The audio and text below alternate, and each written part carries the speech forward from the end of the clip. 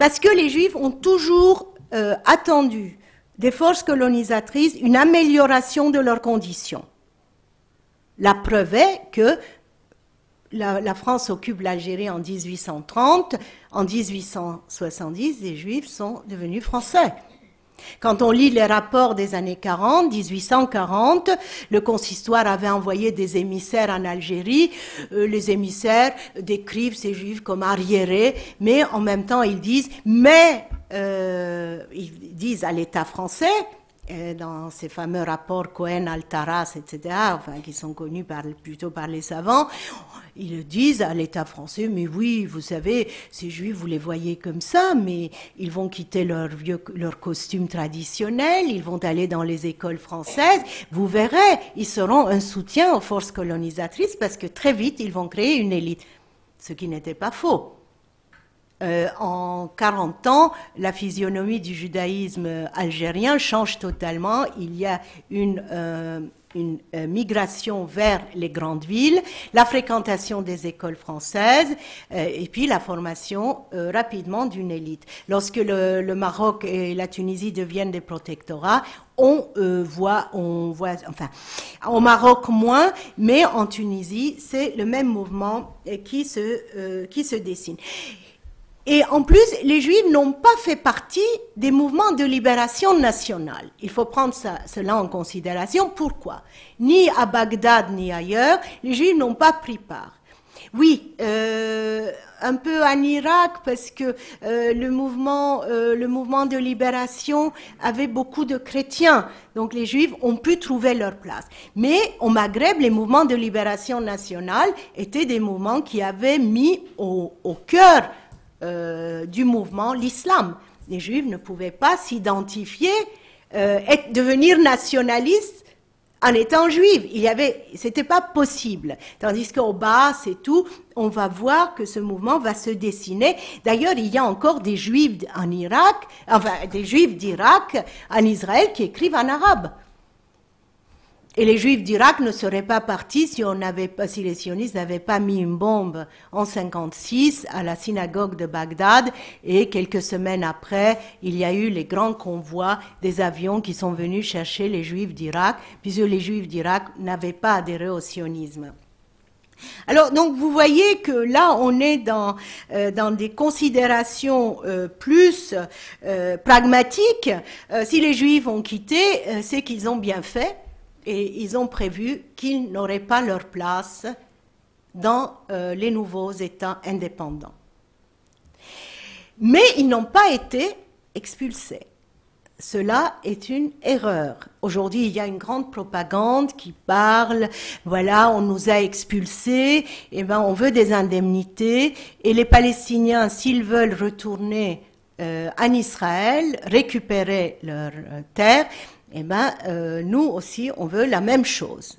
Enfin, tout ça, ce sont des considérations quand même idéologiques qui dépassent un peu mon exposé. En tout cas, on a quand même les appels du FLN à l'endroit des Juifs pour qu'ils restent. Bon, enfin, ils ont bien fait de partir quand même, parce que on peut dire que même malgré ces appels, je ne sais pas quelle aurait été leur place. Parce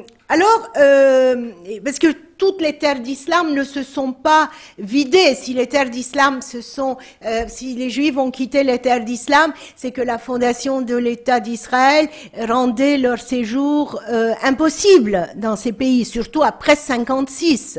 Après 1956, c'était impossible de rester en terre d'islam. Quoique en Iran, jusqu'à récemment, il y avait quand même 30 000 juifs. Hein. Il reste aujourd'hui 11 000.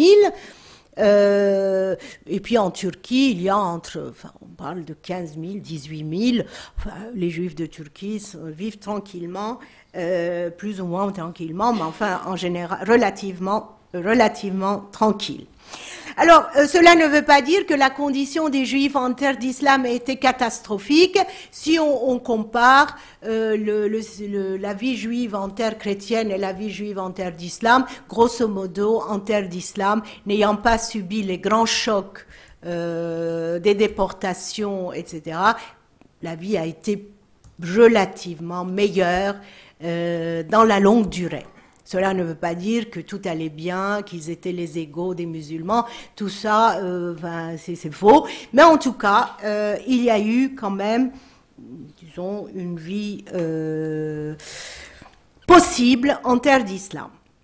Alors, revenons aux Juifs d'Afrique du Nord. Quand ils arrivent en France, oui, avec tous ces centres communautaires un peu partout, il y a partout des boucheries, des boulangeries, qui, en plus, c'est pas obligatoire de manger le pain cachère. Mais, bon, on ouvre des boucheries, des boulangeries, etc. Donc, si vous voulez, il y a un judaïsme actif qui voit le jour, qui respecte les traditions, et avec disons, la perte, avec le départ des anciens, la mort des anciens, les traditions commencent à se perdre. À ce moment-là, il y a, avec ce contentieux à l'endroit des Arabes, se crée une sorte de soutien inconditionnel à Israël. Parce que tout ce qui se passe en Israël est vu sous l'angle de ce qui s'est passé au Maghreb et ailleurs en terre d'islam. À savoir, demain, ce sera le tour de nos frères, entre guillemets, qui vont être mis en dehors d'Israël. Une deuxième chose, les Juifs d'Afrique du Nord, comme tous, ils ne sont pas venus en France. Ils avaient des liens familiaux très importants en Israël, ce qui n'est absolument pas le cas des Juifs américains ou d'autres, vu la distance. Bon, les Juifs de France, issus d'Afrique du Nord, avaient vraiment cette relation continue avec Israël. À partir de la guerre des 6 jours, ce contentieux est arrivé au summum, puisque la guerre des 6 jours a fait craindre aux Juifs un second holocauste. On a cette fameuse déclaration de Lanzmann, lorsqu'il a été interviewé, qui dit dans le journal Le Monde, juste la veille de la guerre des 6 jours, si Israël ne gagne pas cette guerre, c'est un second holocauste. Et à ce moment-là, on voit aussi chez les Juifs d'Afrique du Nord ce contentieux remonter à la surface. Bien sûr, après la guerre et l'occupation, l'annexion des territoires, Israël n'était plus un État éthique, un État pour les survivants seulement. Alors, en Israël, on voit aussi un changement politique qui est très important. En 77, le Likoud arrive au pouvoir pour la première fois dans l'histoire d'Israël, et le Likoud met en avant l'Holocauste. L'Holocauste devient central dans la rhétorique des dirigeants du Likoud, de Menachem Begin jusqu'à Sharon. Mais cela n'est pas il ne faut pas penser que c'est que le Likoud qui a inventé cela. À partir de la guerre de 6 jours, le lendemain de la guerre de 6 jours, Abba Eban, un homme de gauche, dit « Rendre les territoires, c'est retourner aux frontières d'Auschwitz ». Et cette phrase va être reprise par Menachem Begin, Shamir, etc. Alors l'Holocauste va devenir central, et bien sûr, il y aura toute une propagande aussi à l'extérieur. Appelons cela communication, beaucoup de communication sur l'Holocauste, et les Juifs d'Afrique du Nord qui, jusqu'aux années 80, ne parlaient pas du génocide. L'Holocauste ne faisait pas partie de leur histoire. Enfin, bien sûr, il y a eu des problèmes à Alger, mais les Américains sont venus très vite libérer les pays du Maghreb. Ça fait que en 1942, les Juifs étaient déjà protégés. Hein, ils étaient protégés et ils n'ont pas subi les affres des Juifs d'Europe. Mais rapidement, l'Holocauste entre aussi dans l'histoire des Juifs d'Afrique du Nord, qui vont devenir les vaillants défenseurs de tout ce qui pourrait rappeler de près ou de loin